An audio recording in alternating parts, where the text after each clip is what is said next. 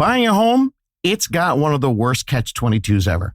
You can't get decent service from most lenders or realtors until you have enough money to buy a home.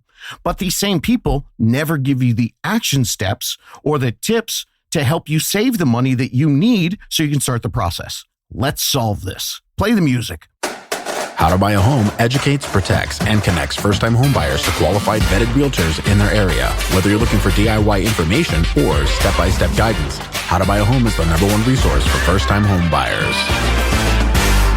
What is happening, How to Buy a Homies? I'm still your host, David Sidoni, your first-time homebuyer coach, and today I'm going to bust out my inner nerd.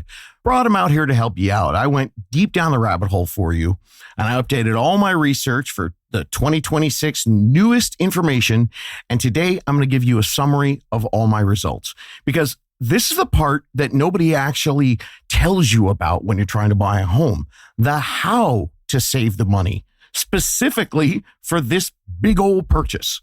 And this is why the update matters today. I last covered this, I think, maybe 18 months ago. And since then, the whole budgeting app world, it's kind of got flipped upside down. See, the OG apps, the ones that your parents probably used, Mint, that's gone. Shut down back in 2024. And that company, where do they shove everybody to? Credit Karma, which, spoiler alert, doesn't even let you make a real budget.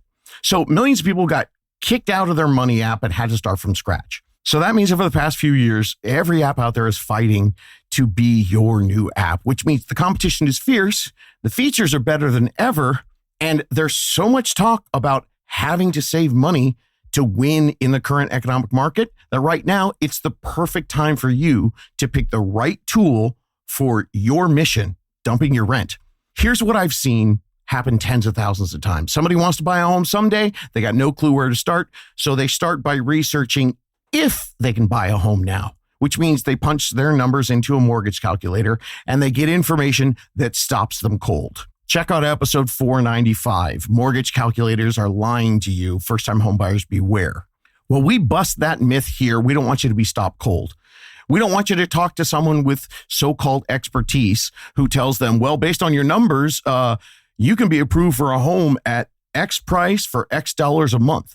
You're looking at those numbers going, well, those numbers suck. So you ask what you can do to change that approval, change your numbers for you. And the answer you get every time, well, save money, work on your debt, and check back with us in 6 months when you're all good to go.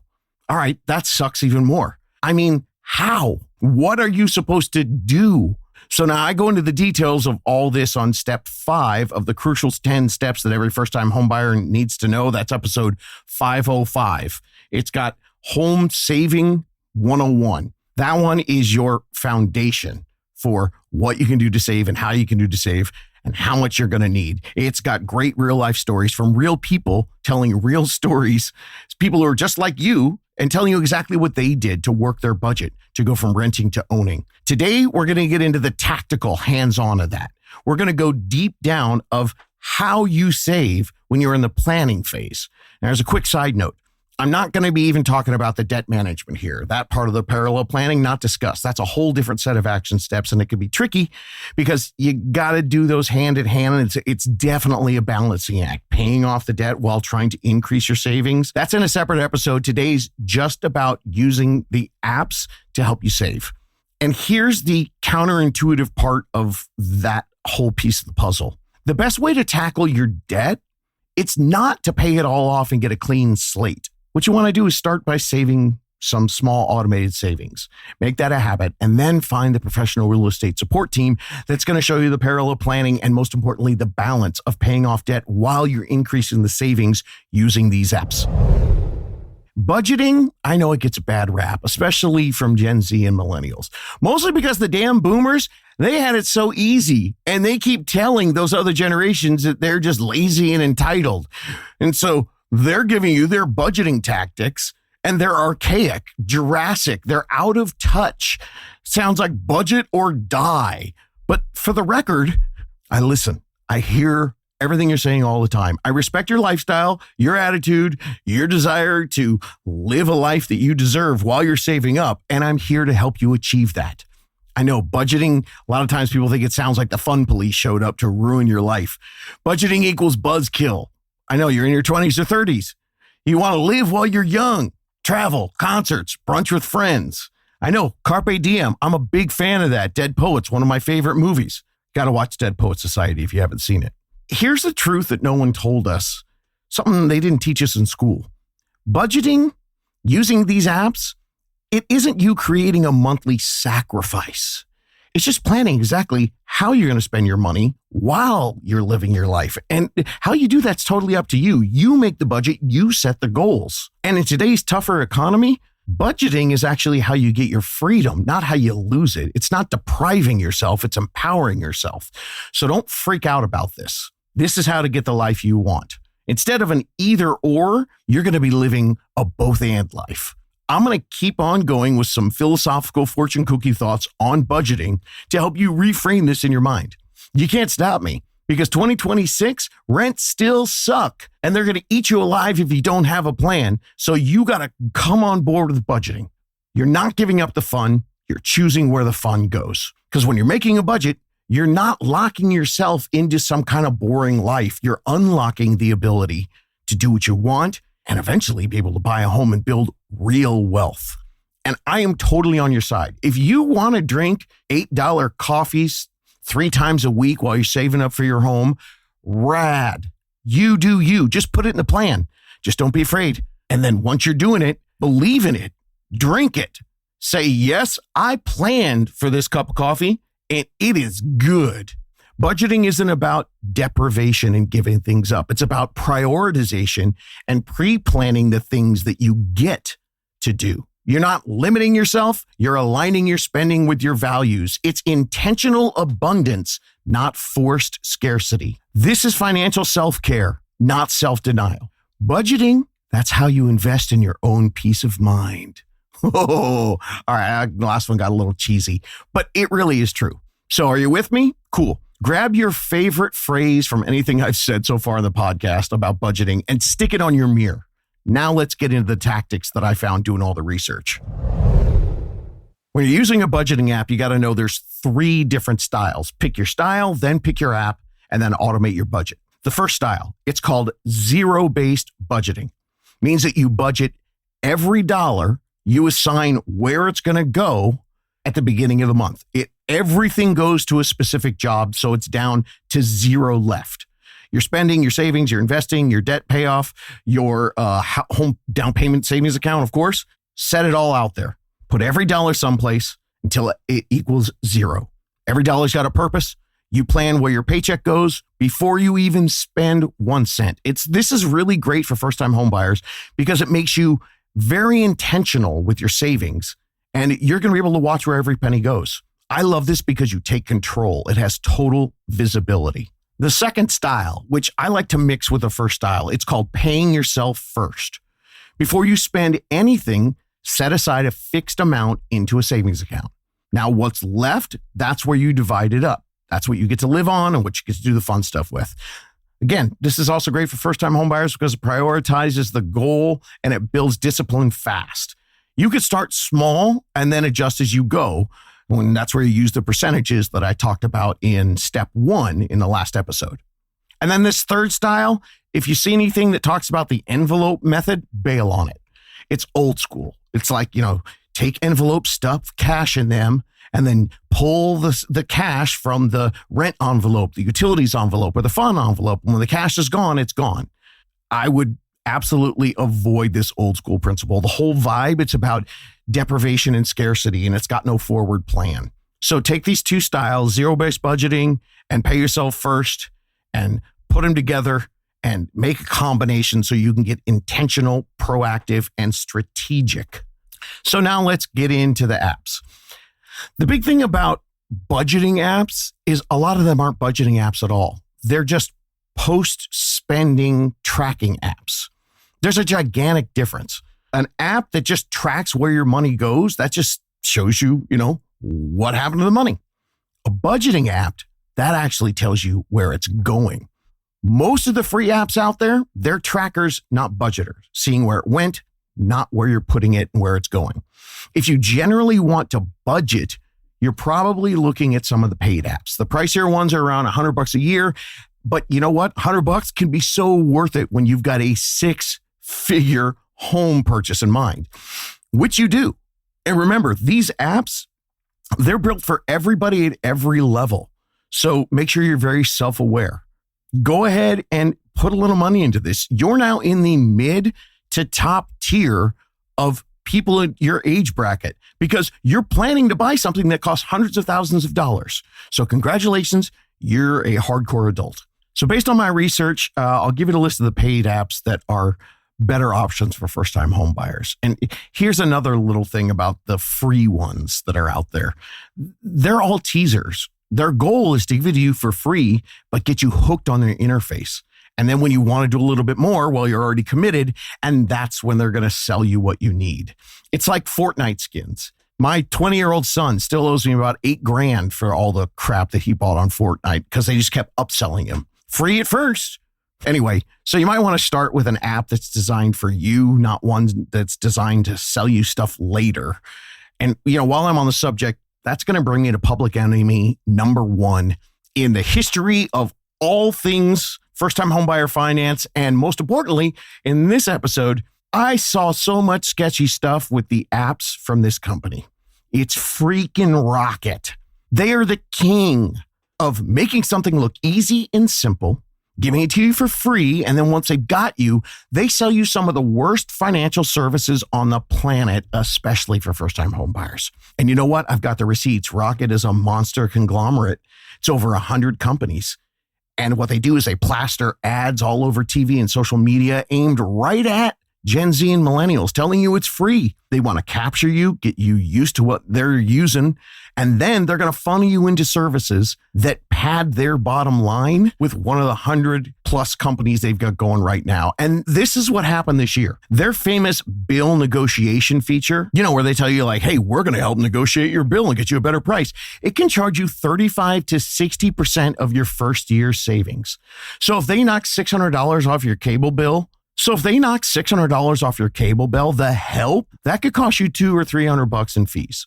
The reviews are in and they're not pretty. 2026 also has a lot of people reporting surprise charges and nightmares when they're actually trying to cancel stuff. They're preying on younger people, but it's nothing but another corporate crap business model. 100% not the best tools for you and your mission. End of Rocket Rant.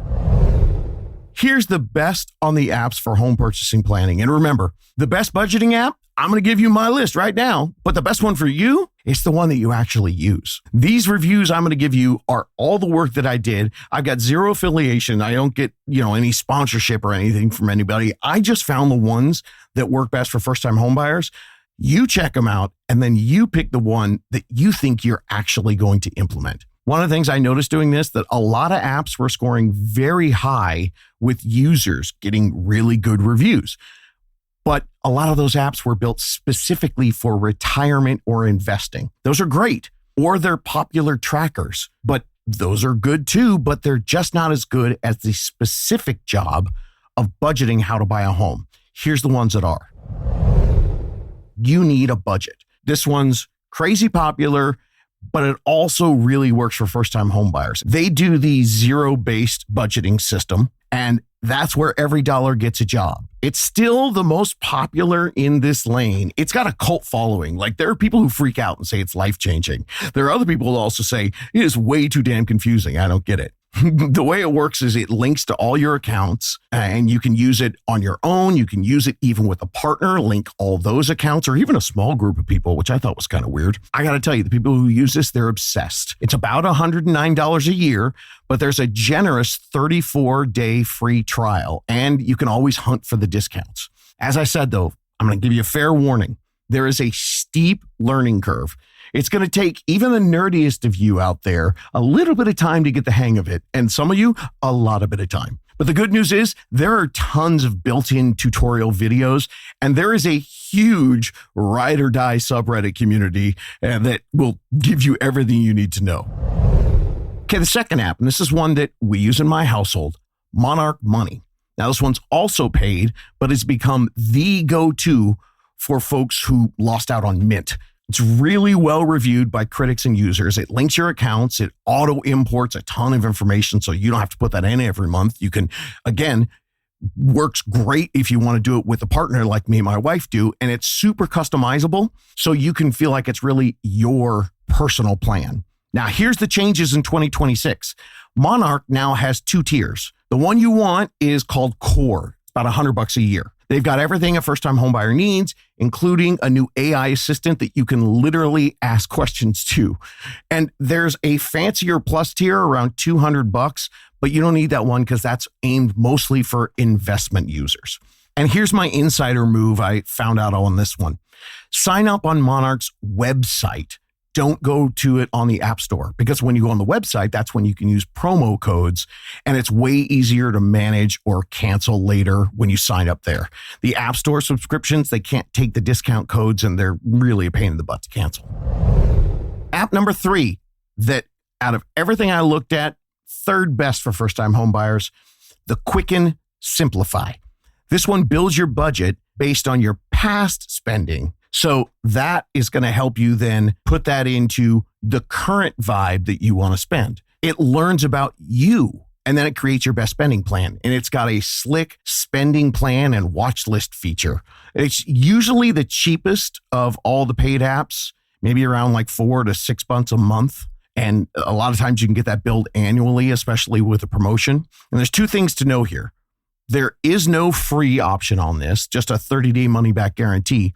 And the promo price, it might jump up when you need to renew it. So set yourself a renewal reminder and make sure you don't get surprised. Okay, number 4, Copilot. And I'm not talking about Microsoft's AI. This is a different thing. It's a budgeting app called Copilot. It's Apple only. So iPhone and Mac people, you can use this. Sorry, Android folks. But it's got top tier on functionality. And it's also widely considered the best looking budgeting app out there. So you might want to check it out. It's got a clean interface, and it'll even track your Amazon spending for better or for worse. Last I checked, it was $95 a year. Now let me give you a couple bonus tools. NerdWallet. I've been a big fan of NerdWallet for a long time. Now, recently, they're starting to bring in a lot of sponsors, which I don't love because the sponsors aren't great for first-time homebuyers. But in general, NerdWallet really has a long history of really just trying to be consumer first, just pushing education and empowerment, something that, of course, I'm a huge fan of. And they do have those affiliates, and they will upsell like everybody, but their track record, it's been consumer-centric for a long time. I talked about this one a year or so ago, and I still this one's really interesting. It's called Lunch Money. It's newer, so it doesn't have that long-term track record. But the thing that people rave about Lunch Money is it's got a really clean interface. It lets you compare against last month. So you can spot when, I spent too much last month there, or inflation is quietly jacking up my spending. And it's got tons of great reviews. It works also with a partner. And there is one little quirk, though. This is a web-first design because they want you to sit down when you're using the app. So that means they want you to look at it web design, not app. So they want you to look big picture, literally, like on your laptop. This one's not even an app at all. This is something called Tiller. Hey, spreadsheet nerds, I bet you know about Tiller. It works inside Google Sheets or Excel, and it auto pulls all your transactions, and you can use incredible customizable templates. It'll even run several budgets at once if you want to have different theories going at different times. It's all the automation and all the spreadsheet control that you super spreadsheet anal nerds are going to love. And that's the key. You got to figure out what works for you. Use the one that you're going to use. Take some time, check out the free trials, watch a YouTube review or tutorial. We're going to put the links in the show notes, but get out there and do some research. Remember, these are budgeting apps that work for every phase of life. So your best app today is the one that's going to help you hit this goal of home ownership. People are going to swear this app's the best and that one's trash, and they're not going to be shy about it online. But you know what? Where are they? What are their goals? Maybe it's best for what they want, but this is about you. So stay focused and remember the mission. And don't forget this, the App Store ratings and the hot take consumer opinions, they can get really misleading. especially if what you want to do is set up a budget, not just track your spending. You're going to see high scores for trackers that are great, but that's not going to work for you. A lot of the free ones, they're really low tech and they're just not what you need for this mission. And I get it. The interfaces look cute, but then you're finding out, oh my God, this doesn't automate. I have to manually input my information every single month. That's going to suck. And eventually that's going to make you quit. And that's not the goal. We don't want you to hate this. We want this to enhance things for you. And here's some examples of those that I don't really personally recommend for preparing to buy your first home and saving for that. This isn't right for your mission. And I know a lot of people love them, but most of these are trackers, not telling you budgeting where your money's going to go. Apps like Fluor, like Buddy, Spending Tracker, Actual. That's a real name of an app. Isn't that crazy? Actual. There's another one called Weekly, Monify, Honeydew, Dollarbird, and Money Manager. I'm also would say that you should skip Good Budget because it's built on an outdated envelope philosophy. And one more, Every Dollar. Skip that one too. That's a Dave Ramsey app. And I mean, to be fair, it is a zero-based budgeter with a free tier. So that doesn't necessarily work exactly as a tracker. But my issue with anything coming from the Dave Ramsey side is that his philosophy has single-handedly screwed over millions of first-time homebuyers since 2012. And you know what? I know he's adjusting his stuff right now, but too late, dude. You've been giving the wrong advice to people for the modern first-time homebuyer. I'm not going to get into it. If you want to hear me just tear Dave apart, go listen to episode 69 and 106. And since we're talking about apps, here's a big bonus tip. Oh, and guess who's involved? My good friends at Rocket. Look, I know there's a ton of apps out there that are telling you, hey, we're going to cancel your subscriptions for you. There's Rocket, Experian, and a whole bunch of others. Here's the secret. Once you set up a proper budgeting app or a spreadsheet, you're going to see all those forgotten subscriptions yourself. And you can cancel them yourself for free. And the deal with these apps that say, oh, check out how much money you're spending, it's ridiculous. It is such a bait and switch just to get you. I mean, I've tested all of these and I've read all the reviews. I call it a dirty little secret, but it's not even a secret. They know they don't actually automatically cancel anything for you. A lot of times you still have to do all the work.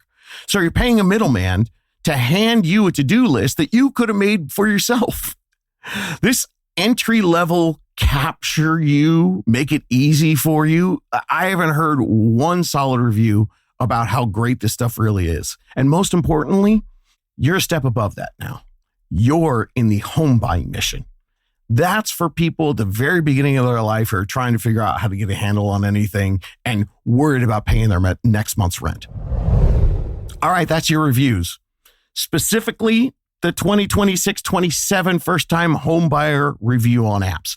Lock in on this adulting crap. Grab the best budgeting app for your lifelong financial stability.